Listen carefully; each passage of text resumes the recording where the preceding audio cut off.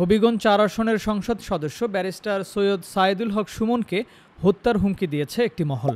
শনিবার ২৯ জুন রাতে রাজধানীর শেরেবাংলা নগর থানায় হাজির হয়ে জীবনের নিরাপত্তা চেয়ে সাধারণ ডায়েরি করেছেন ব্যারিস্টার সুমন। শেরেবাংলা নগর থানার উপপরিদর্শক এসআই মোহাম্মদ শরীফুজ্জামান শরীফ গণমাধ্যমকে জিডির বিষয়টি নিশ্চিত করেছেন।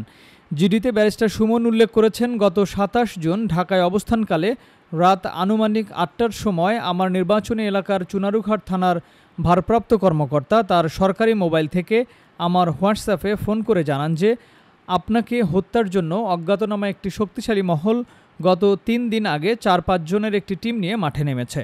আপনি রাতে বাইরে বের হবেন না এবং সাবধানে থাকবেন। ব্যারিস্টার সুমন ওসির কাছে অজ্ঞাতনামা ব্যক্তিদের পরিচয় জানতে চাইলে তিনি ওই ব্যক্তির পরিচয় জানাতে অস্বীকার করেন এবং সাবধানে থাকার পরামর্শ দেন। এই বিষয়টি জানার পরে মারাত্মকভাবে নিরাপত্তাহীনতায় ভুগছে বলেও জানান ব্যারিস্টার সুমন। সামাজিক যোগাযোগ মাধ্যমে শেয়ার করে সুমন লিখেছেন, ভয়টা মৃত্যুর নয়, ভয়টা আমার এলাকার মানুষের জন্য।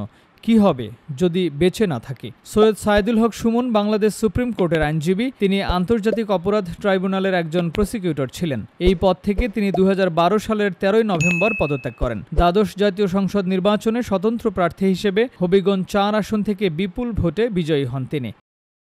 Timeline desk, Dhaka.